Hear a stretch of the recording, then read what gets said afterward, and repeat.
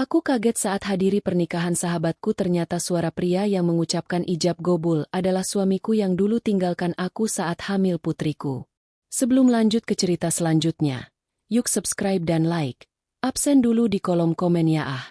Aku menatap amplop putih bergaris emas itu cukup lama sebelum akhirnya berani membukanya. Di sudut kanan atas tertera dengan indah nama pengirimnya, Nadira Putri Ananda. Jantungku berdegup sedikit lebih cepat. Sudah lama aku tidak mendengar kabar langsung dari sahabatku itu. Meskipun sesekali kami masih saling menyapa lewat pesan singkat yang basi, sekadar menanyakan kabar tanpa benar-benar bercerita. Kupeluk amplop itu sejenak, mencoba menebak-nebak isinya. Tentu saja aku bisa menebaknya. Undangan pernikahan. Apalagi yang lain kalau bukan itu? Tanganku bergetar saat akhirnya merobek sisi amplopnya. Selembar kertas tebal dengan desain elegan tergulung rapi di dalamnya. Warna ivory dengan sentuhan emas di setiap sudut membuat undangan itu tampak mewah. Kubaca perlahan kata demi kata yang tercetak rapi. Dengan memohon rahmat dan ridha Allah Subhanahu wa Ta'ala, kami bermaksud menyelenggarakan pernikahan putri kami, Nadira Putri Ananda, dengan seorang pria yang Allah takdirkan menjadi pendamping hidupnya. Aku berhenti sejenak.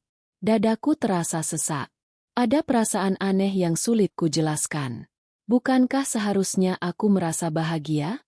Nadira adalah sahabat masa kecilku. Kami tumbuh bersama di kota kecil ini, belajar di sekolah yang sama, berbagi mimpi, dan saling menopang di saat jatuh. Dulu aku selalu membayangkan hari bahagianya akan penuh tawa, dan aku akan berdiri di sampingnya dengan senyum lebar.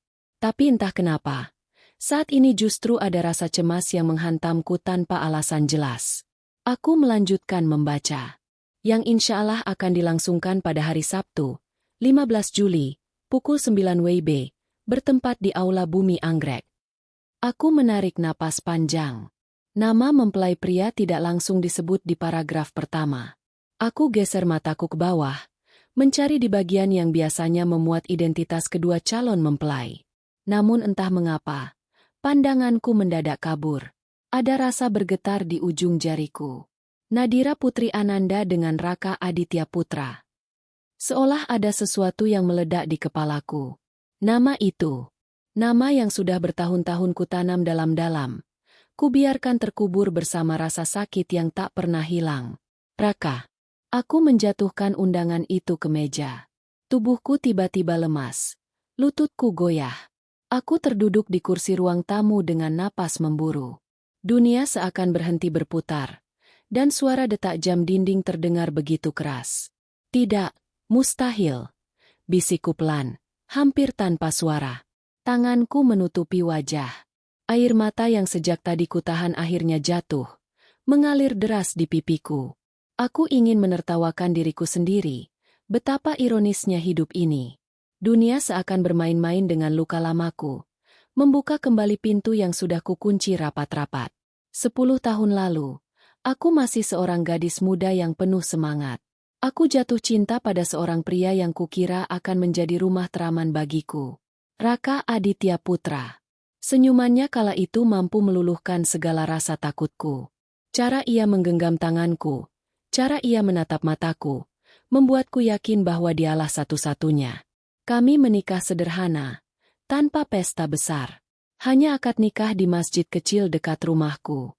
Aku bahagia, meski kami tidak bergelimang harta. Bahagia karena aku memiliki dia. Namun kebahagiaan itu hanya bertahan sebentar. Ketika aku hamil 2 bulan, Raka tiba-tiba berubah. Ia mulai sering pulang larut malam, kadang tak pulang sama sekali.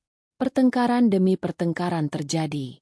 Aku masih bisa bertahan, mencoba memahaminya, hingga akhirnya, pada suatu pagi yang dingin, ia pergi begitu saja. Tanpa pamit, tanpa pesan, tanpa jejak. Aku menunggunya berhari-hari, berminggu-minggu, berbulan-bulan. Aku menangis setiap malam, bertanya-tanya apa salahku. Tapi ia tak pernah kembali. Hingga akhirnya aku melahirkan putriku sendirian, dengan air mata yang bercampur bahagia. Putriku, Kayla, menjadi alasan aku bertahan hidup. Aku membesarkannya dengan kerja keras, menjadi ayah sekaligus ibu baginya. Aku pikir aku sudah cukup kuat. Aku pikir aku sudah berhasil mengubur luka itu. Namun kini, 10 tahun kemudian, nama itu kembali muncul, bukan sebagai masa lalu, tapi sebagai calon suami sahabatku sendiri. Bunda. Suara lembut Kayla memecah lamunanku. Gadis kecil itu berjalan menghampiriku dengan rambut hitam panjang yang sedikit berantakan. Kenapa Bunda nangis? Aku buru-buru menyeka air mata dengan punggung tangan. Tidak, sayang. Bunda nggak apa-apa. Kayla menatapku dengan mata bulatnya yang penuh rasa ingin tahu. Itu undangan, ya? Undangan pernikahan Tante Nadira.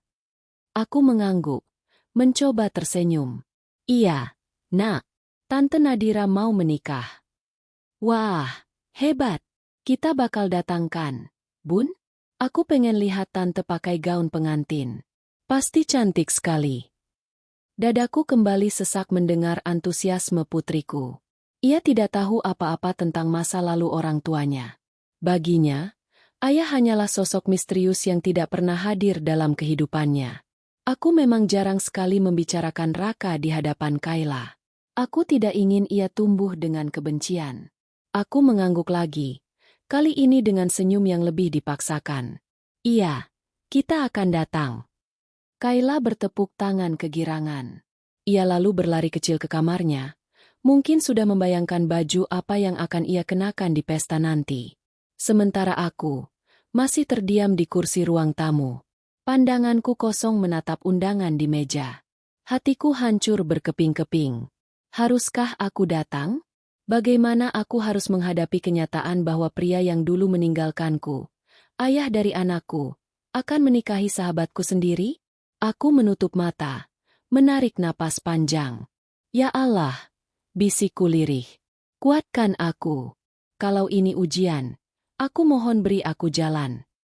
Di dalam hatiku, aku tahu bahwa aku tidak bisa menghindar selamanya.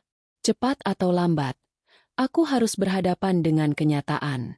Nadira adalah sahabatku, dan aku tidak bisa begitu saja mengabaikan undangannya. Tapi, bagaimana kalau aku tidak sanggup berdiri di hadapan Raka lagi? Bagaimana kalau luka lama itu terbuka lebih dalam? Aku menggenggam undangan itu dengan tangan bergetar. Seolah-olah kertas itu adalah pintu menuju masa lalu yang menyeramkan. Dan aku, mau tidak mau, harus melangkah melewatinya. Hari itu, untuk pertama kalinya setelah sekian lama, aku merasa benar-benar takut menghadapi masa depan. Aku masih ingat jelas pagi itu. Pagi ketika Raka pergi meninggalkan aku yang sedang mengandung buah cinta kami. Kenangan itu tak pernah benar-benar hilang. Hanya saja aku selalu berusaha menyingkirkannya jauh-jauh, menimbun dengan kesibukan, dan menutupi dengan senyum palsu. Tapi kini, dengan undangan pernikahan Nadira di tanganku, semuanya kembali seperti film lama yang diputar ulang. 10 tahun lalu, aku dan Raka baru saja merayakan 2 bulan usia pernikahan kami. Hidup kami sederhana, tapi penuh canda tawa. Aku sedang menyiapkan sarapan di dapur ketika mendengar langkahnya masuk. Senyumku mengembang, menyambutnya dengan ceria. Raka, aku punya kabar gembira, kataku sambil menatap wajahnya penuh semangat. Ia mengangkat alis. Apa itu? Aku menyerahkan tes pack yang baru saja kupakai. 2 garis merah terpampang jelas di sana. Tanganku gemetar, bukan karena takut, tapi karena bahagia. Aku hamil. Ka, kita akan punya bayi. Sejenak, aku melihat matanya berbinar. Senyum itu muncul, meski hanya sekilas. Ia memelukku erat, dan aku merasa hangat. Saat itu, aku benar-benar percaya bahwa kami akan membesarkan anak ini bersama. Hari-hari setelahnya, aku sibuk membaca buku kehamilan, belajar memasak makanan bergizi, dan merencanakan nama-nama indah untuk bayi kami. Aku ingin menjadi ibu yang baik. Aku ingin Raka menjadi ayah yang bangga. Namun kebahagiaan itu mulai goyah. Raka tiba-tiba sering pulang larut malam. Alasannya selalu sama. Kerja lembur. Aku percaya saja. Karena aku tahu hidup kami tidak berlimpah. Mungkin ia ingin berusaha lebih keras demi masa depan anak kami. Tapi semakin lama, semakin jarang aku melihat wajahnya. Kadang ia tidak pulang semalaman. Aku menunggu dengan cemas di depan pintu, memeluk perutku yang semakin membesar, berdoa agar ia baik-baik saja. "Kak, kenapa akhir-akhir ini kamu dingin sekali?" Tanyaku suatu malam ketika ia pulang menjelang subuh. Ia hanya diam, lalu masuk kamar tanpa menjawab. Hatinya seperti ada di tempat lain. Aku mencoba bersabar. Aku berusaha memahamkan diriku sendiri. Mungkin dia lelah, mungkin ada masalah di kantor, mungkin aku terlalu banyak menuntut. Tapi di dalam hatiku, ada suara kecil yang terus berbisik. Ada sesuatu yang tidak beres. Puncaknya terjadi pagi itu. Aku terbangun dengan perasaan aneh. Rumah begitu sepi. Kamar kosong. Lemari terbuka. Beberapa bajunya hilang. Dompetnya tak ada.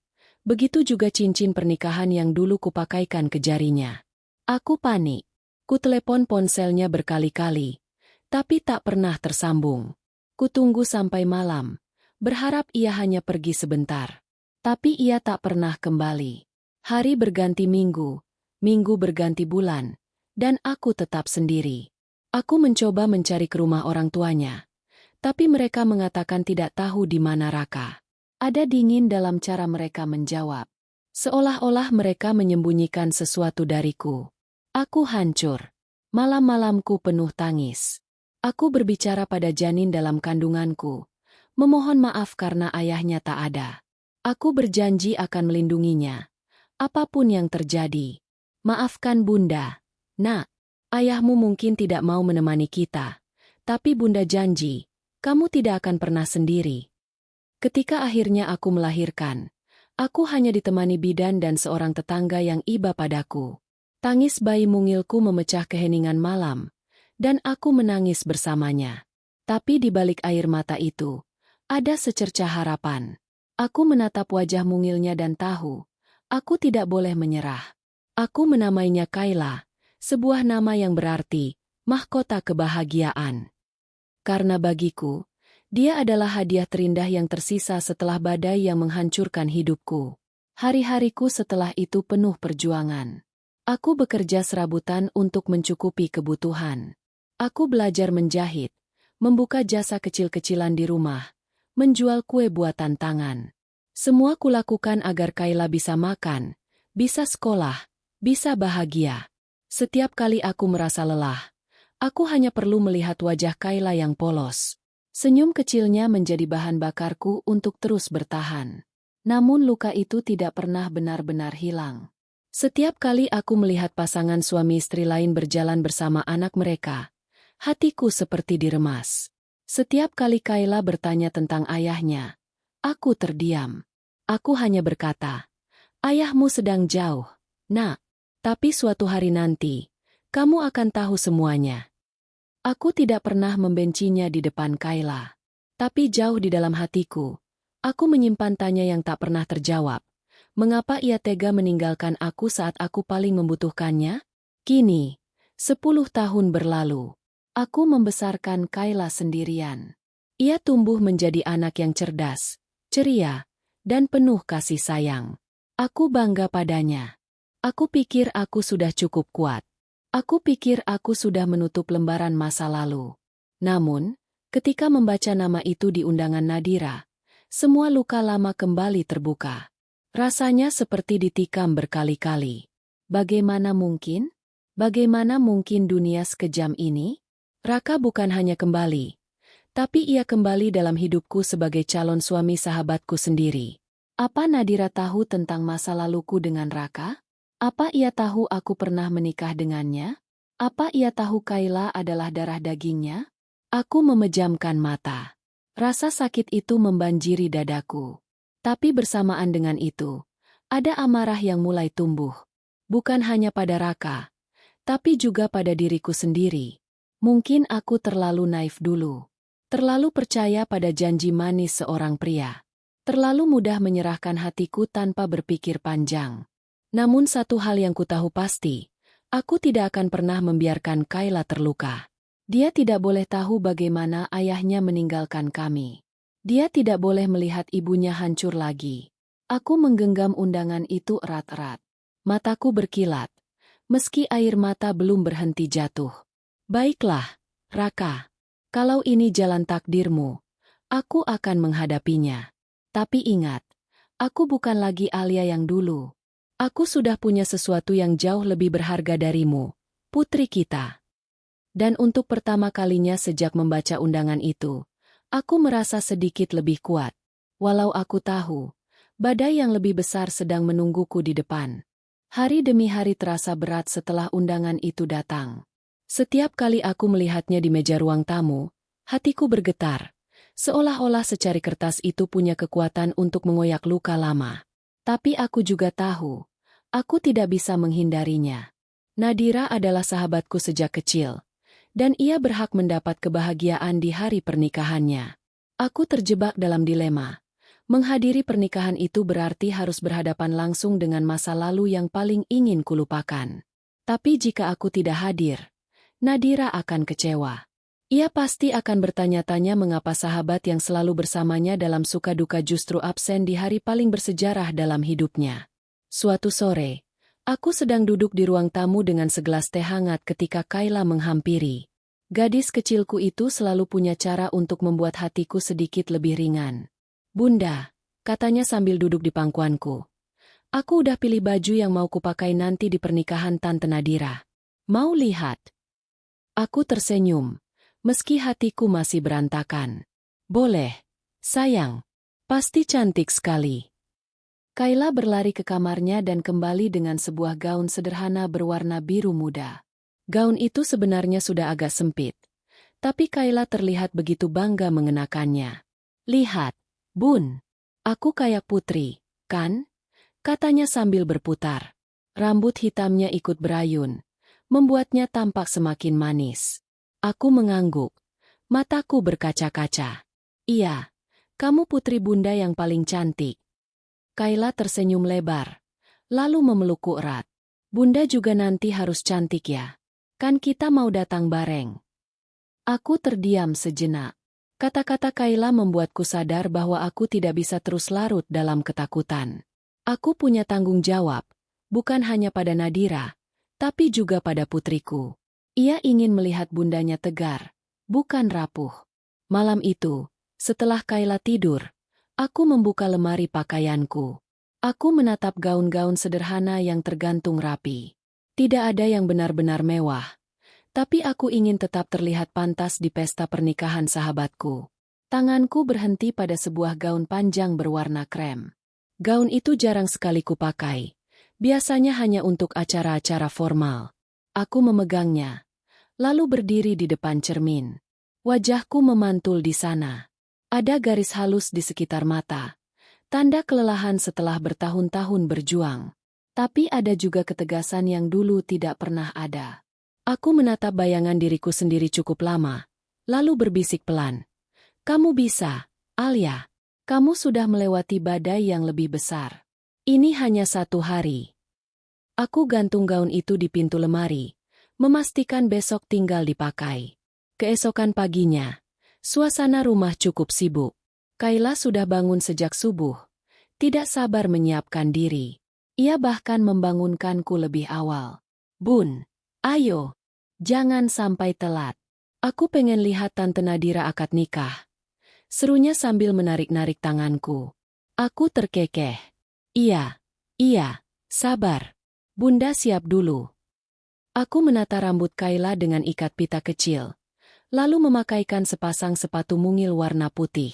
Ia tampak sangat anggun, seperti gadis kecil yang siap menghadiri dongeng pernikahan.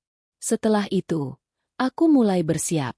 Aku mengenakan gaun krem itu, lalu merias wajahku seadanya. Tidak terlalu tebal, hanya bedak tipis, lipstik lembut, dan sedikit eyeliner untuk menyamarkan mataku yang sering terlihat lelah. Ketika aku selesai berdandan, Kayla menatapku dengan mata berbinar. Bunda cantik banget. Serunya. Aku tersenyum kecil, berusaha menyembunyikan rasa gugup yang mulai kembali menyeruak. Terima kasih, sayang. Kamu juga cantik sekali. Tante Nadira pasti senang lihat kita datang. Kami berangkat dengan taksi menuju Aula Bumi Anggrek, tempat pernikahan dilangsungkan. Sepanjang perjalanan, Kayla tak berhenti berceloteh. Ia bercerita tentang bagaimana ia ingin melihat dekorasi, makanan, dan tentu saja gaun pengantin Nadira. Aku hanya mendengarkan dengan senyum samar. Di dalam hatiku, ada perang besar yang tak terlihat. Aku berusaha menenangkan diriku sendiri. Mungkin aku salah. Mungkin itu hanya kebetulan nama. Dunia ini luas. Bisa saja ada banyak pria bernama Raka Aditya Putra. Tapi suara hatiku berkata lain. Aku tahu suara itu. Aku tahu nama itu. Dan aku tahu takdir sedang mempermainkanku.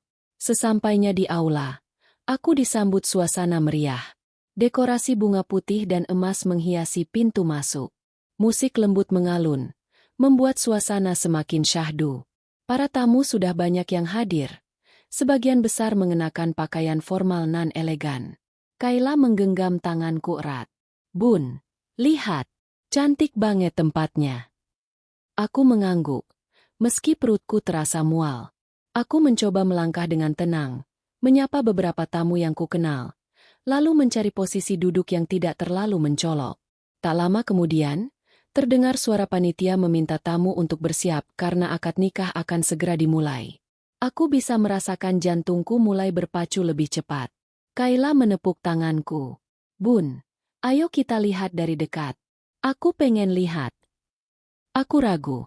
Bagian dari diriku ingin bersembunyi. Tapi aku tidak mungkin mengecewakan putriku. Akhirnya aku mengangguk dan berjalan mendekat. Di depan, duduklah Nadira dengan gaun putih sederhana tapi elegan. Ia tampak anggun. Wajahnya berseri-seri. Aku tersenyum melihatnya. Dalam hatiku, ada kebanggaan sekaligus ketakutan. Nadira layak bahagia. Tapi apakah ia tahu siapa pria yang akan menjadi suaminya? Aku mencoba mengalihkan pandangan. Tapi saat penghulu mulai memanggil mempelai pria untuk duduk di hadapan wali, tubuhku membeku. Aku tidak bisa bergerak. Aku hanya bisa menggenggam tangan Kayla lebih erat, menahan napas, menunggu suara yang akan menentukan apakah ketakutanku benar adanya. Dalam hati, aku terus berdoa. Ya Allah, kuatkan aku. Apapun yang terjadi, jangan biarkan aku runtuh di depan anakku. Jangan biarkan aku mempermalukan sahabatku di hari bahagianya. Aku menutup mata sejenak, mencoba menguatkan diri. Dan ketika aku membukanya kembali, aku tahu, sebentar lagi aku akan berhadapan dengan kenyataan yang selama ini ku coba hindari. Hari yang kutakuti akhirnya tiba. Suara riuh rendah para tamu undangan memenuhi aula besar itu. Lampu kristal berkilauan di langit-langit, memantulkan cahaya lembut yang menambah kesan megah. Aroma bunga segar tercium di udara, bercampur dengan wangi parfum para tamu. Semua orang tampak gembira, bercengkerama sambil menunggu momen yang paling ditunggu, akad nikah. Aku duduk di barisan tengah bersama Kayla, yang tak bisa menyembunyikan rasa antusiasnya. Matanya berbinar-binar, menatap ke arah pelaminan yang sudah disiapkan dengan dekorasi serba putih dan emas. Sementara aku, meski wajahku tersenyum tipis, hatiku bergejolak hebat. Bunda, lihat Tante Nadira, bisik Kayla sambil menunjuk ke arah depan. Aku mengarahkan pandangan. Nadira duduk anggun di samping ibunya, memakai gaun pengantin putih berhias renda.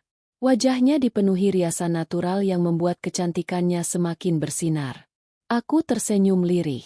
Nadira, sahabat kecilku, akhirnya mencapai momen yang dulu sering kami impikan bersama. Aku masih ingat saat kami berdua remaja, duduk di bangku taman, membicarakan tentang masa depan. Aku pengen nanti pas nikah, sahabatku duduk di sampingku, jadi saksi bahagia, kata Nadira sambil tertawa. Dan kini, aku memang hadir. Tapi dengan hati yang tidak sepenuhnya bisa ikut bahagia. Acara dimulai. Penghulu dengan suara berwibawa membuka rangkaian prosesi akad. Semua tamu mendengarkan dengan hikmat. Aku menggenggam tangan Kayla erat-erat, mencoba menenangkan diri. Selanjutnya, kami persilakan mempelai pria untuk duduk di hadapan wali. Aku menahan napas. Langkah-langkah terdengar mendekat ke arah kursi yang sudah disiapkan di depan penghulu. Dari posisiku, aku tidak bisa langsung melihat wajahnya karena terhalang beberapa tamu di depan. Tapi detak jantungku makin tak terkendali. Ya Allah, jangan biarkan itu dia. Jangan biarkan aku harus melalui ini. Namun, seperti sedang mendengar doa yang terbalik, kenyataan tidak bisa kuhindari. Suara itu, suara yang sudah bertahun-tahun tak kudengar, akhirnya kembali memecah udara. Aku terima nikahnya Nadira Putri Ananda binti Hendra dengan mas kawin berupa emas seberat 5 gram dibayar tunai. Tubuhku seketika kaku. Suara itu, suara yang sama yang dulu pernah berjanji akan menemaniku seumur hidup. Suara yang dulu memintaku jadi istrinya di depan penghulu lain, bertahun-tahun lalu. Tanganku refleks menutup mulut. Air mata langsung menggenang. Dunia seolah berhenti sejenak. Raka, bisikku pelan. Kayla menoleh padaku dengan bingung. Bunda? Kenapa? Itu siapa? Aku tak bisa menjawab. Suaraku tercekat. Pandanganku buram oleh air mata. Penghulu bertanya ulang, memastikan ijab kabul sah. Dan Raka, ya, itu benar-benar Raka, mengulanginya lagi dengan suara tegas, tanpa ragu. Para saksi pun serentak berkata, sah. Ruang aula dipenuhi tepuk tangan dan ucapan syukur. Semua orang bersorak bahagia. Tapi aku justru merasa seperti tertikam berkali-kali. Aku menunduk, berusaha menutupi wajahku agar tidak ada yang menyadari keadaanku. Kayla masih menatapku dengan heran. Bunda nangis? Kenapa? Bukannya ini hari bahagia Tante Nadira? Aku mengusap air mataku cepat-cepat. Iya, sayang. Bunda cuma terharu. Senyum tipis kupaksakan, tapi di dalam diriku, badai besar mengamuk. Bagaimana mungkin? Bagaimana mungkin Raka, pria yang meninggalkanku saat aku mengandung anaknya, kini duduk di sana sebagai suami sahabatku sendiri? Aku ingin bangkit, pergi meninggalkan tempat itu. Tapi kaki seakan tertancap ke lantai. Aku tidak bisa bergerak. Mataku akhirnya berani menatap ke depan. Dan benar saja, itu Raka. Wajahnya tidak banyak berubah, hanya lebih dewasa, sedikit garis tegas di sekitar rahang. Ia tampak gagah dengan setelan jas hitam. Senyumnya terukir saat menerima ucapan selamat. Aku menunduk lagi. Rasanya aku ingin lenyap dari dunia saat ini juga. Setelah akad selesai, acara berlanjut dengan doa bersama. Semua orang menunduk, mengikuti doa yang dipimpin penghulu. Aku mencoba ikut, tapi pikiranku kacau. Doa itu terasa panjang sekali. Aku tidak sabar menunggu acara selesai, agar bisa segera keluar dari aula ini.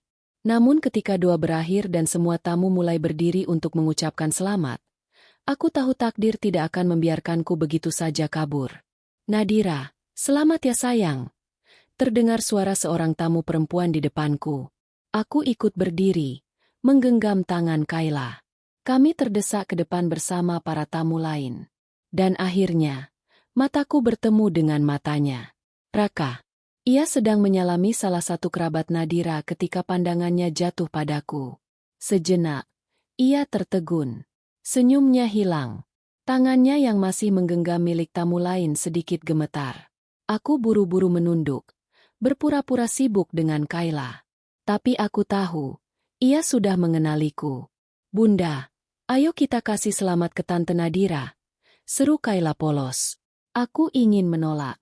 Aku ingin menarik Kayla pergi sejauh mungkin. Tapi aku tidak bisa mengecewakan putriku. Ia begitu bersemangat. Dengan langkah berat, aku maju ke depan. Nadira langsung menyambutku dengan pelukan hangat. Alia, aku senang sekali kamu datang. Kamu cantik banget hari ini.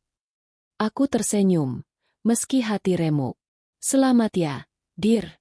Aku doakan semoga pernikahanmu bahagia selalu. Nadira mengangguk. Matanya berbinar. Makasih, ya.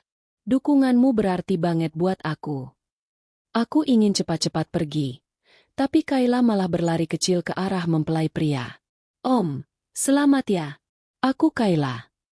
Ia menyodorkan tangan mungilnya. Aku tercekat. Raka menatap Kayla dengan ekspresi yang sulit dibaca.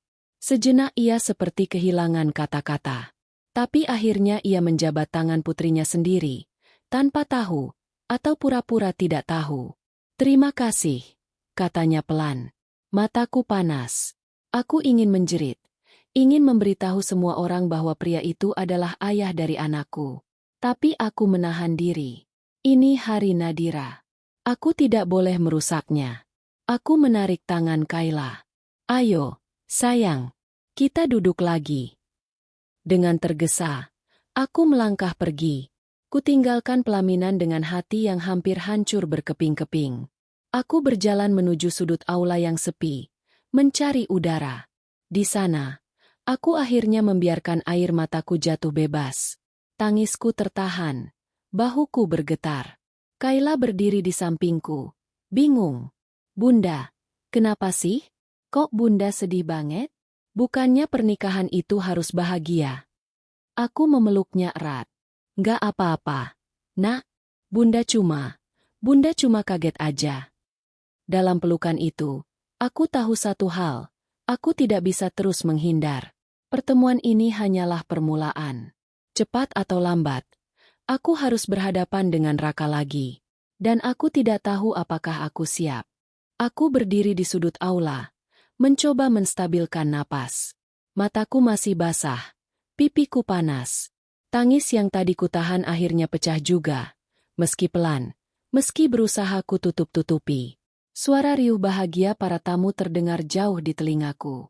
Tawa, ucapan selamat, dan musik pengiring seolah menjadi latar belakang ironis untuk hatiku yang runtuh. Kayla memegang tanganku erat. Ia menatapku dengan tatapan bingung dan penuh kekhawatiran. Bunda kenapa? Kok Bunda nangis terus? Aku mengusap wajahku buru-buru. Bunda nggak apa-apa, sayang. Bunda cuma terharu aja melihat sahabat Bunda akhirnya menikah. Kayla mengangguk, meski jelas belum puas dengan jawaban itu. Ia terlalu polos untuk mengerti luka yang kusimpan. Luka yang kini kembali terbuka lebar. Dulu, saat Raka meninggalkanku, aku pikir aku sudah mati rasa. Selama bertahun-tahun, aku berusaha keras membangun diriku kembali, membesarkan Kayla seorang diri, dan menutup rapat semua kenangan tentangnya. Tapi ternyata aku salah. Mendengar suaranya lagi, melihat wajahnya lagi, justru membuat semua luka lama terasa segar seolah baru kemarin ia pergi. Aku masih bisa merasakan rasa sakit yang sama, ditinggalkan tanpa alasan jelas, di saat aku paling membutuhkannya. Air mataku menetes lagi. Aku memejamkan mata, membiarkan memori pahit itu mengalir masuk. Aku teringat malam terakhir kami bersama. Saat aku memberitahu Raka bahwa aku hamil, ekspresinya sulit kubaca.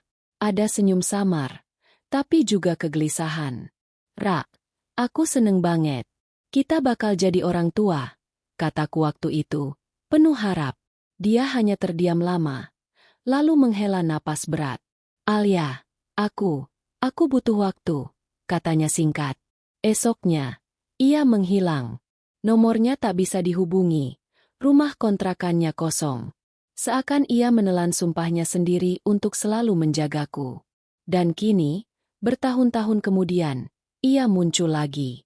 Bukan untuk menemuiku, bukan untuk menanyakan anaknya, tapi untuk menikahi sahabatku. Aku meremas dada, mencoba menahan sesak. Kenapa harus dia? Kenapa harus Nadira? Tiba-tiba, suara lembut memanggilku. Alia! Aku menoleh cepat. Nadira berdiri tak jauh dariku, masih dalam balutan gaun pengantin. Wajahnya penuh senyum, tapi juga sedikit heran melihat kondisiku. Aku nyari kamu dari tadi. Kamu nggak apa-apa? Kok nangis? Tanyanya. Aku buru-buru menggeleng. Enggak, aku baik-baik aja. Cuma, terharu, Dir. Aku benar-benar seneng lihat kamu bahagia. Nadira tersenyum hangat, lalu menggenggam tanganku. Alia, makasih banget kamu udah datang. Aku tahu kondisi kamu nggak mudah, tapi kamu tetap ada di sini buat aku. Itu artinya banyak buatku. Hatiku semakin remuk.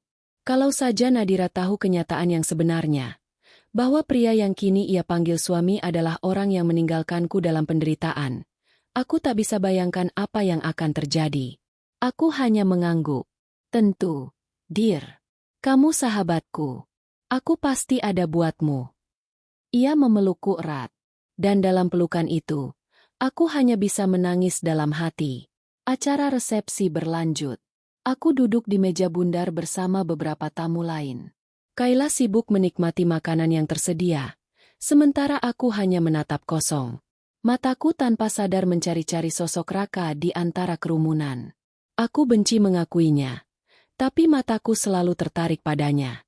Ia berdiri di sisi Nadira, menyambut tamu dengan senyum ramah. Dari jauh, ia tampak sempurna, suami yang penuh hormat, menantu yang sopan, pria idaman. Aku ingin marah, ingin berteriak. Kenapa kau bisa terlihat begitu baik di hadapan semua orang?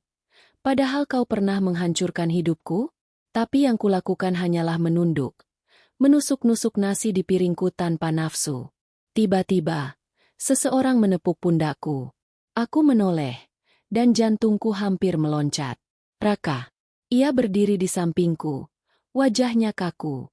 Tatapan matanya menusukku, penuh dengan sesuatu yang sulit kutafsirkan. Keterkejutan, rasa bersalah, atau mungkin hanya kebingungan. Alia, katanya pelan, hampir berbisik. Aku tercekat. Suaranya begitu dekat, membuatku kembali ke masa lalu. Aku ingin menjawab, tapi lidahku keluh. Boleh kita bicara sebentar? Tanyanya. Aku menatap sekeliling. Nadira sedang sibuk menyapa tamu di sisi lain aula. Tidak ada yang memperhatikan kami. Namun, sebelum aku bisa memberi jawaban, Kayla tiba-tiba menarik lenganku. Bunda, aku mau es krim, katanya riang. Aku segera berdiri, memeluk putriku erat-erat. Maaf, aku harus urus Kayla. Tanpa menunggu respons, aku melangkah cepat menjauh, meninggalkan Raka berdiri kaku di belakang. Aku berjalan keluar aula, mencari udara segar. Malam sudah turun, langit dihiasi bintang-bintang samar. Aku berdiri di teras, menghirup udara dalam-dalam. Kayla sibuk dengan es krimnya, sementara aku berusaha menenangkan hati yang masih bergejolak. Dia masih mengenalku. Dia ingin bicara. Tapi untuk apa? Untuk minta maaf? Untuk menjelaskan alasannya dulu? Atau, untuk apa? Aku menutup mata. Semua kemungkinan membuatku takut. Satu hal yang jelas, aku tidak bisa menghindar selamanya. Cepat atau lambat, aku harus menghadapi Raka. Dan ketika saat itu tiba, aku tak tahu apakah aku mampu menahan semua emosi yang selama ini kupendam. Resepsi sudah hampir usai. Para tamu mulai berangsur pulang, meninggalkan aula yang tadinya riuh penuh tawa. Lampu gantung masih menyala terang, namun suasana semakin lengang. Aku duduk di kursi samping pintu keluar, menunggu Kayla yang masih asyik bercanda dengan teman kecil barunya. Aku berharap bisa pergi diam-diam tanpa bertemu lagi dengannya. Tapi hidup tidak semudah itu. Saat aku berdiri hendak menggandeng Kayla pulang, suara yang begitu kukenal memanggilku dari belakang. Alia! Tubuhku menegang. Aku tahu siapa pemilik suara itu. Perlahan aku menoleh, dan benar saja, Raka berdiri hanya beberapa langkah dariku. Jas hitamnya masih rapi. Wajahnya terlihat lelah tapi matanya menatapku dalam-dalam. Aku mencoba menjaga ekspresi setenang mungkin. Ada apa? Tanyaku datar. Kita perlu bicara, katanya singkat. Aku menghela napas, menoleh pada Kayla. Sayang, tunggu sebentar di dekat bunda ya. Jangan jauh-jauh. Kayla mengangguk sambil mengunyah permen yang tadi didapat dari meja dessert. Ia sibuk, jadi aku bisa mengalihkan perhatiannya. Aku menatap Raka lagi. Baiklah, apa yang mau kamu bicarakan? Kami berjalan keluar aula, menuju taman kecil di samping gedung. Di sana lebih sepi, hanya ada suara jangkrik dan semilir angin malam. Aku menyilangkan tangan di dada, berusaha terlihat kuat meski hatiku bergejolak. Raka berdiri di hadapanku, menunduk sebentar sebelum akhirnya berkata, "Aku nggak nyangka akan ketemu kamu di sini." Aku menahan tawa sinis. Ya, aku juga nggak nyangka. Lebih tepatnya, aku nggak nyangka kamu yang jadi pengantin pria. Raka terdiam. Ia tampak salah tingkah, seolah kata-kataku menamparnya. Alia, aku. Kenapa? Potongku cepat. Kenapa kamu pergi dulu? Kenapa kamu ninggalin aku saat aku hamil? Kamu tahu seberapa hancurnya aku waktu itu. Suara gemetar keluar tanpa bisa kutahan. Aku merasa seluruh kepahitan bertahun-tahun lalu mendesak keluar. Raka memejamkan mata sejenak, lalu menghela napas panjang. Aku tahu aku salah. Sangat salah. Dan aku minta maaf. Alia, aku nggak bisa ubah masa lalu. Tapi aku ingin kamu tahu, aku punya alasan. Alasan? Aku tertawa miris. Alasan apa yang bisa membenarkan kamu ninggalin istri yang lagi hamil? Anakmu sendiri. Raka. Anakmu. Suaraku meninggi. Aku sadar Kayla mungkin bisa mendengar. Jadi aku buru-buru merendahkannya lagi. Tapi luka di dadaku sudah terbuka lebar. Raka menatapku dengan mata yang penuh rasa bersalah. Aku nggak pernah berhenti mikirin kamu sama anak kita. Aku pergi. Karena ada tekanan besar dari keluargaku waktu itu. Mereka nggak terima aku nikah sama kamu tanpa restu. Aku muda, bodoh, dan pengecut. Aku milih kabur daripada melawan. Aku tercekat. Hatiku bergetar mendengar pengakuannya. Tapi rasa sakit masih lebih dominan. Jadi semua janji manis itu cuma omong kosong? Kamu lebih pilih nurutin keluargamu daripada jaga aku dan anakmu. Raka menunduk dalam. Iya, aku salah besar. Dan aku bayar mahal untuk itu. Aku kehilanganmu. Aku kehilangan kesempatan lihat anakku lahir, tumbuh besar, sampai sekarang. Air mataku mengalir lagi. Aku benci diriku sendiri karena masih bisa terenyuh mendengar suaranya. Alia, tadi, gadis kecil itu. Raka ragu sejenak sebelum melanjutkan. Dia anak kita, kan? Pertanyaannya membuat nafasku tercekat. Aku ingin menyangkal. Tapi apa gunanya? Kebenaran terlalu jelas untuk disembunyikan. Aku menatapnya lurus. Ya, namanya Kayla. Dia anakmu. Anak yang kamu tinggalkan. Raka menutup wajahnya dengan kedua tangan. Bahunya bergetar. Ya Tuhan. Selama ini aku nggak pernah berhenti mikirin. Tapi aku nggak berani cari kamu. Aku takut kamu udah benci aku. Dan ternyata, aku memang pantas dibenci. Aku menggenggam erat ujung gaunku, menahan emosi. Kalau kamu pikir dengan minta maaf semuanya bisa selesai, kamu salah besar. Kayla tumbuh tanpa ayah. Raka, aku berjuang sendirian. Aku nangis tiap malam. Tapi aku tetap harus kuat. Kamu nggak ada di sana. Kamu nggak pernah ada. Raka mengangkat wajahnya lagi. Matanya basah. Aku tahu. Aku salah. Tapi tolong beri aku kesempatan. Aku cuma mau jadi bagian dari hidup Kayla. Meski sekecil apapun.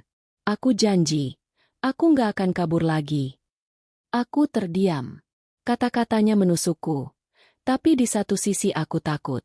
Takut jika membuka pintu masa lalu, aku akan hancur lagi. Suasana hening sejenak. Angin malam berhembus, membawa aroma bunga dari taman. Akhirnya aku berkata, kamu sadarkan, kamu sekarang suaminya Nadira. Sahabatku, apa kamu mau bikin masalah lagi? Mau hancurin pernikahannya juga? Wajah Raka tegang. Aku nggak akan nyakitin Nadira. Aku nikah sama dia dengan niat baik. Aku akan jaga dia. Tapi soal Kayla, aku tetap ayahnya. Aku nggak bisa lari dari itu. Hatiku semakin remuk. Kenyataan ini lebih rumit daripada sekadar dendam. Ada persahabatan, ada pernikahan, ada anak yang jadi taruhan. Aku memalingkan wajah. Aku butuh waktu. Raka, jangan dekati Kayla dulu. Aku nggak mau dia bingung. Aku akan pikirkan semuanya. Tapi satu hal yang pasti, aku nggak pernah bisa lupakan apa yang kamu lakukan dulu. Raka mengangguk pelan. Matanya sayu. Aku ngerti. Ambil waktu yang kamu butuhkan. Aku cuma berharap, suatu hari nanti, kamu bisa maafin aku. Aku menahan tangis, lalu melangkah pergi meninggalkannya di taman. Kayla langsung menghampiriku dengan wajah ceria. Bunda, aku udah kenyang. Ayo pulang. Aku tersenyum hambar, menggandeng tangannya erat. Ayo, sayang. Sambil berjalan menuju mobil, aku menoleh sekilas ke belakang. Raka masih berdiri di sana, menatap kami dengan sorot mata yang sulit kulupakan. Dan di dalam hatiku, aku tahu, pertemuan ini hanyalah awal dari konflik yang lebih besar. Hari-hari setelah pernikahan Nadira terasa berat bagiku. Meski aku berusaha melanjutkan hidup seperti biasa, bayangan malam itu terus menghantuiku.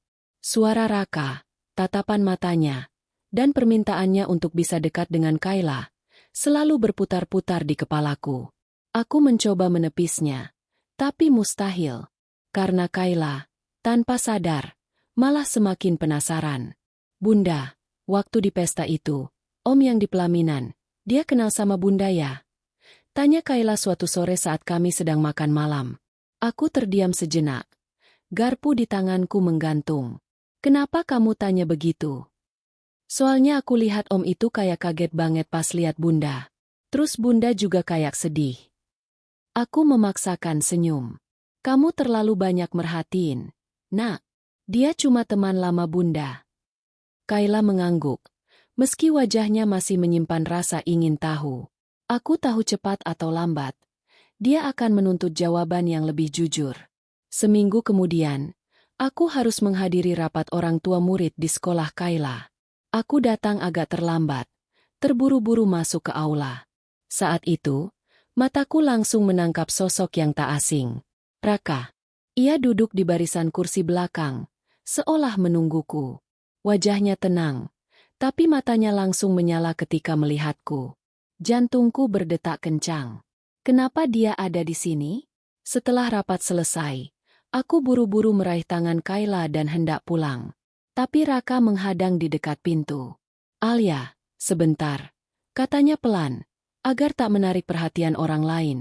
Aku mendengus. Apalagi? Aku kan udah bilang jangan dekatin Kayla dulu. Aku nggak mau ganggu. Aku cuma pengen lihat dia. Satu kali aja. Tatapannya penuh harap. Sebelum aku sempat menjawab, Kayla muncul dari balik punggungku. Om. Om yang di pesta nikahan Tante Nadira, kan? Raka tertegun. Ia tersenyum tipis. Iya. Kamu ingat aku? Kayla mengangguk semangat. Iya. Om ramah banget. Waktu itu Om salaman sama aku. Aku panik. Kayla, ayo pulang sekarang, kataku tegas. Tapi Raka sempat berjongkok, sejajar dengan mata Kayla. Hai, Kayla. Kamu pintar sekali. Semoga kita bisa ketemu lagi, ya. Kayla tersenyum riang. Iya, Om. Aku menarik tangannya dan berjalan cepat ke arah parkiran, meninggalkan Raka yang hanya berdiri memandang. Di dalam mobil, Kayla menatapku heran. Bunda, kenapa buru-buru banget? Om itu baik, kok. Aku menahan napas. Kalau kamu tahu siapa dia sebenarnya. Nak, sejak hari itu, Raka mulai muncul di beberapa kesempatan. Entah kebetulan atau memang disengaja, aku sering menemukannya di dekat sekolah Kayla. Kadang ia hanya duduk di mobilnya, memperhatikan dari jauh. Aku merasa dia ingin mendekat, tapi masih menahan diri. Itu justru membuatku makin resah. Suatu sore, aku menerima pesan WhatsApp dari nomor tak dikenal. Alia, ini aku, Raka. Aku mohon, jangan jauhin aku terus. Aku cuma ingin tahu kabar anakku. Aku nggak minta lebih. Tolong beri aku kesempatan. Tanganku gemetar membaca pesan itu. Aku ingin langsung menghapus, tapi jariku justru berhenti lama di layar. Air mataku menetes. Bagian dari diriku ingin membalas, tapi bagian lain berteriak keras agar aku tak membuka pintu masa lalu lagi.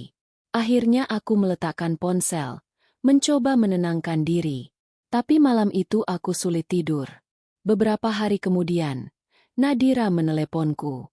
Suaranya ceria, tanpa tahu gejolak yang sedang kualami. Alia, ayo main ke rumah dong. Aku pengen kita kumpul lagi kayak dulu. Kamu bawa Kayla ya, biar sekalian main sama ponakan-ponakan Raka. Aku tercekat. Rumah Nadira. Itu berarti aku akan bertemu lagi dengan Raka. Tapi kali ini di dalam rumah tangganya bersama sahabatku sendiri. Aku menelan ludah. Maaf, Dir. Mungkin lain kali. Aku lagi banyak kerjaan. Nadira terdengar kecewa. Yah, sayang banget. Aku pengen banget kita sering ketemu lagi. Sekarang kan kita udah keluarga. Alia, kamu sahabatku. Jadi aku pengen kamu dekat juga sama suamiku. Aku hampir tak bisa bernapas. Kata-katanya menusuk. Kalau saja kamu tahu siapa sebenarnya suamimu. Dir, aku hanya bisa menjawab pelan. Iya, nanti aku usahakan. Hari-hari berikutnya semakin menyesakan. Raka tidak berhenti berusaha. Kadang aku melihatnya diam-diam tersenyum ke arah Kayla dari jauh. Kadang ia hanya mengirim pesan singkat. Apa kabar Kayla? Aku selalu mengabaikannya. Tapi di dalam hati, aku tahu, perlahan-lahan, jarak antara mereka akan semakin sulit kujaga.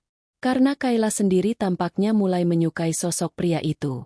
Bunda, aku pengen ketemu om itu lagi, katanya suatu malam sebelum tidur. Aku menoleh. Kaget. Kenapa? Soalnya dia baik. Rasanya nyaman aja kalau om itu ada. Kayak, aku punya ayah. Hatiku hancur mendengar kata-katanya. Aku memeluk Kayla erat-erat, menahan air mata. Bunda ada di sini. Nak, Bunda akan selalu ada buat kamu. Tapi kalau punya ayah juga pasti lebih enak. Kan, Bun? Aku tidak menjawab. Tenggorokanku tercekat. Malam itu, setelah Kayla tidur, aku duduk sendirian di ruang tamu. Aku menatap foto Kayla yang terpajang di dinding. Senyumnya polos dan ceria. Apa aku egois kalau terus menjauhkan dia dari ayahnya? Tapi apa aku bisa percaya lagi pada Raka? Dilema itu membuatku hampir gila. Aku sadar, cepat atau lambat, kebenaran akan terbongkar. Dan saat itu terjadi, aku harus siap menghadapi konsekuensi, kehilangan sahabatku, kehilangan rasa aman, atau mungkin kehilangan keduanya. Satu hal yang pasti, jejak masa lalu tak bisa lagi kusembunyikan. Aku masih bisa merasakan jantungku berdegup kencang setiap kali mengingat suara itu. Suara yang dulu menemaniku dalam doa, dalam tangis, dalam harapan, dan akhirnya meninggalkanku dalam luka terdalam. Suara yang sempat ku benci, kuumpat, kuanggap hanya bagian masa lalu yang harus kulupakan. Tapi ternyata, takdir justru menghadirkannya kembali di hadapanku, dalam keadaan yang paling tak kuduga. Aku terdiam di kursi undangan. Di panggung itu, sahabatku, Rani, tersenyum bahagia, menerima ijab kabul dari lelaki yang kini resmi menjadi suaminya. Lelaki itu, yang pernah berjanji menemaniku selamanya, kini tersenyum dengan penuh keyakinan. Dia, Arka, pria yang meninggalkanku saat aku mengandung buah hati kami. Aku harus keluar, bisikku pelan, mencoba menenangkan diri. Nafasku terasa sesak. Ruangan seolah mengecil menekanku. Aku berdiri dengan terburu-buru, hampir menjatuhkan tas yang kupegang. Namun tangan lembut seseorang menahan lenganku. Ara, kamu kenapa? Suara itu milik Dina, rekan kerja sekaligus teman dekatku sekarang. Aku berusaha tersenyum, walau jelas air mataku sudah hampir tumpah. Aku pusing. Dina, perlu udara segar. Dina menatapku khawatir, tapi ia tak menahan. Aku bergegas keluar dari aula pernikahan itu, mencari tempat yang sepi. Di halaman samping gedung, aku akhirnya bisa menghirup udara bebas. Tapi bukannya lega, justru tangisku pecah. Kupeluk tubuhku sendiri, berusaha menahan rasa sakit yang kembali menyeruak. Ingatan masa lalu datang silih berganti, begitu nyata, seakan baru kemarin terjadi. Flashback, 6 tahun lalu. Saat itu aku masih berusia 23 tahun. Baru saja menikah dengan Arka yang kukenal sejak kuliah. Dia pria cerdas, penuh perhatian, dan selalu berhasil membuatku merasa istimewa. Kami menikah setelah 2 tahun pacaran, dengan restu keluarga. Hidupku terasa sempurna kala itu. Namun kebahagiaan itu hanya bertahan sebentar. 3 bulan setelah menikah, aku hamil. Aku bahagia, Meski tubuhku lemah dan sering jatuh sakit, aku pikir Arka akan mendukungku sepenuh hati. Tapi justru sejak itulah sikapnya berubah. Arka sering pulang larut malam. Alasannya pekerjaan. Ia jarang menemaniku periksa kandungan. Bahkan pernah suatu kali, saat aku pingsan di kamar, aku terbangun sendirian tanpa Arka di sisiku. Ketika aku menegurnya, ia hanya menjawab dingin. Aku capek. Ara, jangan bikin aku tambah tertekan. Kalimat itu menusukku. Tapi aku tetap bertahan, mencoba mengerti. Hingga pada suatu malam, ia pulang tanpa kata. Hanya meninggalkan sepucuk surat singkat. Aku tidak sanggup. Aku pergi. Itu saja. Tidak ada penjelasan. Tidak ada pamit. Tidak ada rasa bersalah. Sejak malam itu, aku membesarkan anakku sendirian. Melahirkan dalam kesepian. Berjuang melawan rasa sakit fisik dan batin. Tanpa tahu di mana dia berada. Tangisku makin keras mengingat semua itu. Bagaimana mungkin aku bisa duduk tenang melihatnya kini berdiri sebagai pengantin pria? Tersenyum bahagia bersama sahabatku? Kenapa harus kamu, Ran? Lirihku sambil memandang ke langit. Kenapa suami yang kamu nikahi adalah pria yang dulu menghancurkan hidupku? Aku tak tahu harus marah atau kecewa. Pada Arka, pada Rani, atau pada takdir yang begitu kejam mempermainkanku. Suara langkah pelan terdengar dari arah pintu samping. Aku buru-buru mengusap air mata, mencoba terlihat tenang. Tapi suaranya membuat tubuhku membeku. Ara? Aku menoleh. Dan benar saja, dia berdiri di sana. Arka, masih dengan setelan jas pengantinnya. Wajahnya tak banyak berubah sejak terakhir aku melihatnya 6 tahun lalu. Tubuhku gemetar. Kata-kata tercekat di tenggorokanku. Sementara dia menatapku dengan tatapan yang sulit kuartikan. Ada keterkejutan, ada rasa bersalah, tapi juga ada sesuatu yang lain, sesuatu yang tak ingin kuakui. Kamu, benar-benar Ara? Tanyanya lirih, seakan tak percaya. Aku mendengus, menahan perasaan campur aduk. Jangan panggil aku begitu. Nama itu terlalu berharga untuk kau ucapkan. Arka menunduk. Aku nggak tahu harus mulai dari mana. Aku nggak pernah menyangka kita akan bertemu lagi seperti ini. Aku tertawa sinis. Kamu pikir aku menyangka? Datang ke pernikahan sahabatku, dan menemukan kenyataan bahwa pengantin prianya adalah laki-laki yang dulu tega meninggalkan aku hamil sendirian. Suasana hening. Hanya suara nafasku yang memburu terdengar. Aku punya alasan. Ucapnya pelan. Bukan karena aku nggak mencintaimu. Tapi... Berhenti. Potongku cepat. Jangan berani-berani bilang cinta. Cinta tidak akan meninggalkan istri yang sedang mengandung. Cinta tidak akan membuatku melahirkan dalam kesepian, tanpa tahu apakah aku akan hidup atau mati. Arka terdiam. Wajahnya tegang. Hatiku bergetar. Tapi bukan karena cinta, melainkan karena luka lama yang kembali terbuka. Sudah terlambat, Arka. Bisikku dengan suara bergetar. Apapun alasanmu, itu tidak akan menghapus semua sakit yang kau tinggalkan. Dan sekarang, kau menikahi sahabatku. Kau tahu apa artinya itu? Kau memaksaku mengulang luka yang seharusnya sudah sembuh. Aku berbalik, mencoba pergi.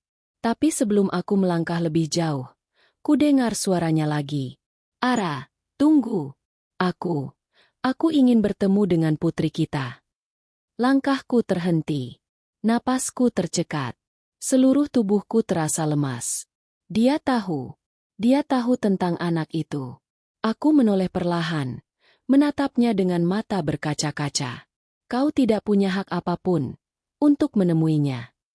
Tanpa menunggu jawabannya, aku berlari meninggalkan halaman itu, membiarkan isak tangis menyertai setiap langkahku. Malam itu aku tidak bisa tidur. Bayangan wajah Arka terus muncul, juga kata-katanya yang menyesakkan dada. Aku ingin bertemu putri kita. Bagaimana bisa dia begitu mudah mengucapkannya?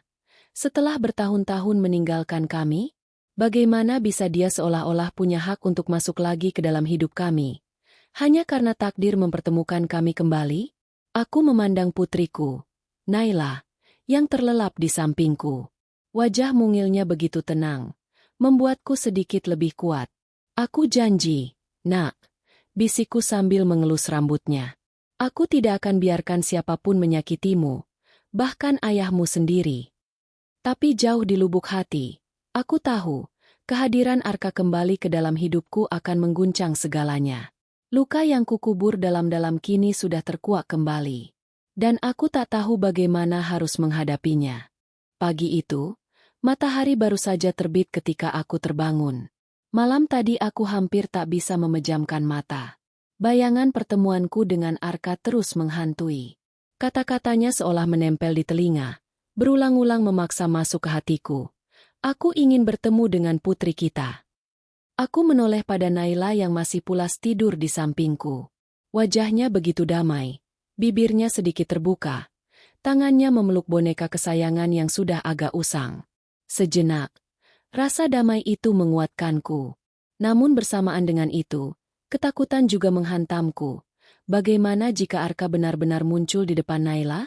Bagaimana jika ia menuntut sesuatu yang tak bisa kutolak? Aku menghela napas panjang, mencoba menepis bayangan buruk itu. Tapi dalam hati, aku tahu, pertemuan itu hanya soal waktu. Beberapa hari setelah pernikahan Rani, aku mencoba menghindar. Aku sengaja tidak mengangkat telepon Rani, pun tak membuka pesan darinya. Aku butuh waktu untuk menata hati. Namun, justru dalam masa itu, Arka menemukan jalannya. Sore itu aku baru pulang kerja. Setelah menjemput Naila dari sekolah, kami mampir ke minimarket untuk membeli kebutuhan harian. Naila, dengan seragam sekolahnya yang sedikit kusut, sibuk memilih permen di rak dekat kasir. Aku tersenyum kecil melihat tingkahnya, sebelum mataku menangkap sosok yang tak asing sedang berdiri di dekat pintu keluar. Arka. Tubuhku seketika menegang. Aku ingin berpaling, pura-pura tak melihat, tapi tatapannya sudah terkunci pada kami. Ada sorot haru di matanya, dan aku benci menyadari bahwa pandangan itu langsung tertuju pada Naila. Dia berjalan mendekat. Aku spontan meraih tangan Naila, berdiri di depannya seolah hendak melindungi. Ara, suaranya bergetar. Jadi ini, putri kita. Aku mendelik, mencoba menahan gejolak emosi. Jangan panggil dia begitu. Dia bukan punya kita. Dia cuma punya aku. Naila yang tak mengerti apa-apa hanya menatap bingung. Mama, ini siapa? Tanyanya polos. Aku menelan ludah, bingung harus menjawab apa. Sebelum aku sempat berkata, Arka berjongkok di depan Naila, menatapnya dengan senyum yang penuh perasaan. Hai, sayang, namamu Naila, kan? Kamu cantik sekali. Aku panik. Arka, jangan dekat-dekat dia, bentakku, menarik Naila ke pelukanku. Orang-orang di sekitar mulai melirik karena suasana jadi tegang. Aku buru-buru menarik Naila keluar dari minimarket. Sementara Arka mengejar dari belakang. Ara, tolong dengar dulu, teriaknya. Aku berbalik. Wajahku memerah menahan marah. Dengar apa? Dengar alasanmu meninggalkan aku waktu hamil? Dengar pembenaranmu setelah 6 tahun menghilang tanpa kabar? Apa kau pikir aku bisa begitu saja membiarkanmu masuk ke hidup kami lagi? Arka terdiam. Di wajahnya jelas tergambar rasa bersalah. Tapi juga tekad yang anehnya membuatku semakin resah. Aku memang salah, katanya pelan. Tapi aku tidak pernah berhenti menyesal.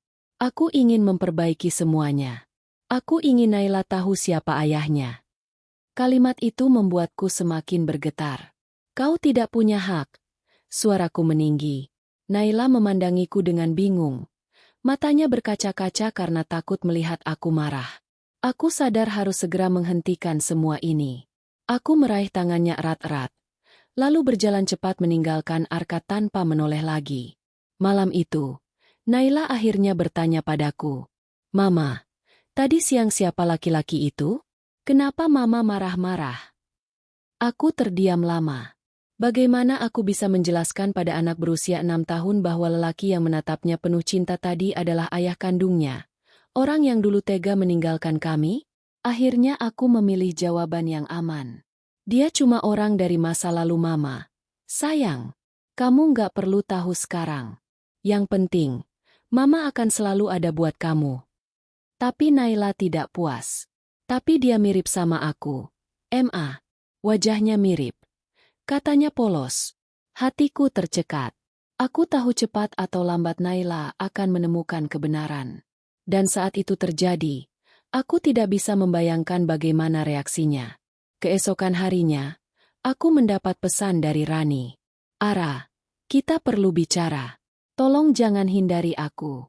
Aku tahu semuanya terasa aneh. Tapi aku butuh penjelasan darimu juga. Aku terdiam membaca pesan itu. Aku tahu aku tak bisa menghindari Rani selamanya. Bagaimanapun, dia sahabatku. Dia pasti berhak tahu kebenaran, meski mungkin kebenaran itu akan menghancurkan persahabatan kami. Di saat yang sama, pesan lain masuk. Dari nomor yang sudah lama ku hapus. Tapi kini muncul lagi. Ara, aku mohon. Izinkan aku bertemu Naila sekali saja. Aku janji tidak akan merebutnya darimu. Aku hanya ingin dia tahu aku ada. Tanganku bergetar memegang ponsel.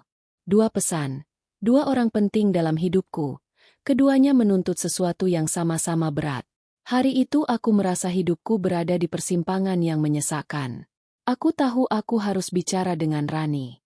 Aku juga tahu aku tidak bisa menahan Naila selamanya dari kenyataan tentang ayahnya. Tapi hatiku masih penuh luka. Luka yang tak pernah benar-benar sembuh. Kini dipaksa terbuka lagi. Di depan cermin, aku menatap wajahku sendiri.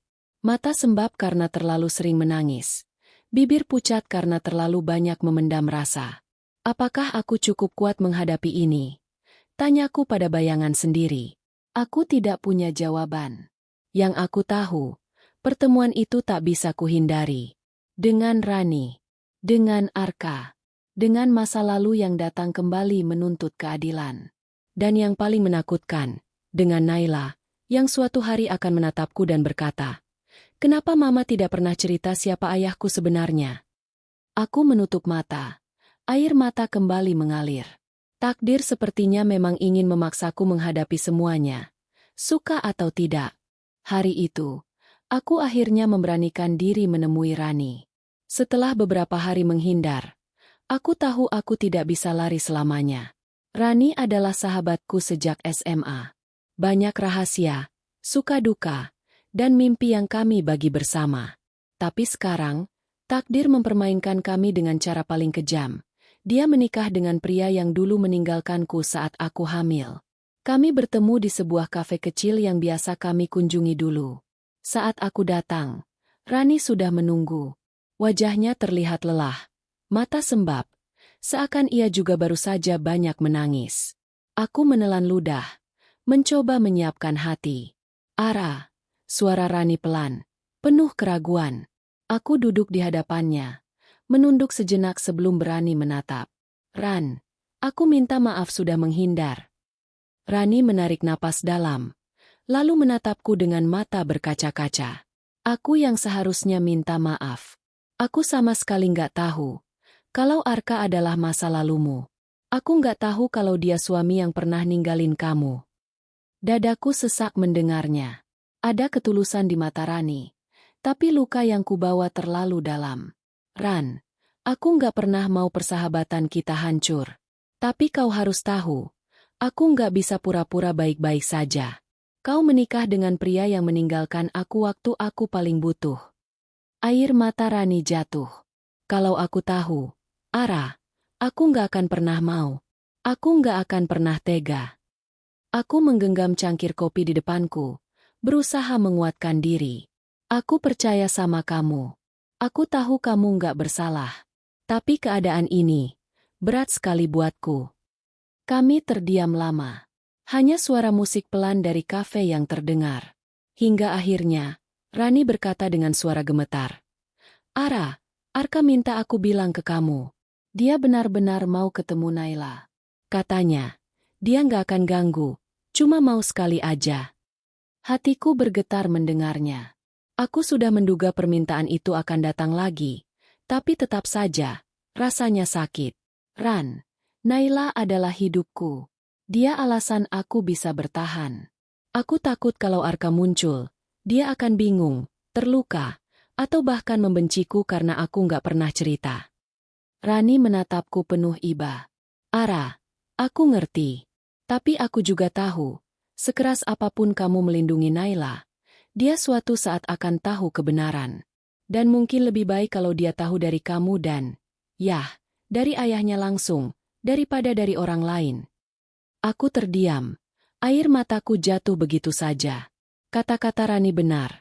Meski aku tak ingin mengakuinya. 2 hari kemudian, aku akhirnya mengambil keputusan. Aku setuju mempertemukan Naila dengan Arka. Tapi dengan syarat, hanya sekali, dan aku harus ada di sana. Hari itu, kami bertemu di taman kota yang sepi. Aku memegang tangan Naila, mencoba tersenyum tenang walau hatiku gemetar. Di bangku taman, Arka sudah menunggu. Wajahnya tegang, tapi matanya langsung berbinar saat melihat Naila. Naila, kenalin. Ini, teman mama. Ucapku gugup, berusaha menahan kenyataan. Arka menunduk. Matanya berkaca-kaca. Hai, sayang. Nama aku, Arka. Naila tersenyum malu, lalu bersembunyi di balik lenganku. Halo, Om. Aku menahan perasaan yang campur aduk. Di satu sisi, ada kebahagiaan aneh melihat keduanya bertemu. Tapi di sisi lain, ada sakit yang tak tertahankan. Arka berjongkok, mencoba menyamakan tinggi dengan Naila. Kamu suka gambar, ya? Aku bawa buku gambar sama pensil warna. Mau Om kasih? Naila menatapku sejenak, lalu mengangguk kecil. Ia menerima hadiah itu. Matanya berbinar. Terima kasih, Om. Momen itu menghancurkan hatiku. Naila tak tahu, orang yang ia panggil, Om, adalah ayah kandungnya. Waktu berjalan. Pertemuan itu hanya berlangsung setengah jam, tapi bagiku terasa seabad. Arka tidak banyak bicara, hanya sesekali bertanya hal-hal ringan, pelajaran favorit Naila, teman-teman sekolahnya, dan cita-citanya. Sebelum kami pulang, Naila berkata polos. Om, nanti main lagi ya? Aku tercekat. Arka menatapku, seolah meminta izin dengan matanya. Tapi aku segera menggenggam tangan Naila. Om Arka sibuk. Sayang, mungkin gak bisa sering-sering. Naila cemberut, tapi mengangguk. Oke, Mama. Aku mengajaknya pergi, meninggalkan Arka yang berdiri mematung, wajahnya penuh luka. Malamnya, setelah Naila tidur, aku duduk sendirian di ruang tamu. Hati dan pikiranku kacau. Pertemuan itu hanya membuat semuanya semakin sulit. Aku melihat bagaimana mata Arka berbinar menatap Naila, bagaimana Naila mulai menyukainya. Dan aku takut. Takut kehilangan Naila. Takut Naila lebih memilih Arka daripada aku, meski aku tahu itu mustahil. Teleponku berdering. Dari Arka. Aku hampir menolak, tapi akhirnya kuangkat. Ara. Suaranya berat. Terima kasih sudah izinkan aku ketemu Naila. Aku nggak tahu harus bilang apa. Rasanya, aku hidup lagi setelah lihat dia. Aku terdiam. Air mataku mengalir tanpa bisa kutahan. Aku tahu aku nggak pantas. Aku tahu aku sudah hancurkan semuanya. Tapi kalau boleh, aku nggak mau berhenti sampai sini. Aku ingin Naila tahu aku ayahnya. Aku ingin ada di hidupnya, walau sedikit. Cukup, Arka. Bentakku, suaraku bergetar. Kau sudah cukup melukai. Jangan tambah lagi. Dia terdiam.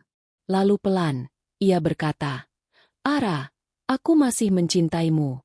Sejak dulu, sampai sekarang. Aku terhenyak. Hatiku bergetar. Tapi bukan dengan bahagia, melainkan dengan sakit yang tak bisa lagi kuredam. Cinta? Aku tertawa pahit. Cinta macam apa yang tega meninggalkan istri hamil sendirian? Cinta macam apa yang baru muncul setelah 6 tahun? Jangan sebut itu cinta, Arka. Jangan. Aku menutup telepon dengan tangan gemetar. Dadaku terasa sesak. Kepalaku berat. Aku tahu satu hal. Aku tidak bisa lagi menoleh ke belakang. Aku harus memilih. Demi diriku. Demi Naila. Beberapa minggu kemudian, aku menulis surat untuk Arka. Isinya singkat, tapi jelas. Arka, terima kasih sudah pernah datang lagi.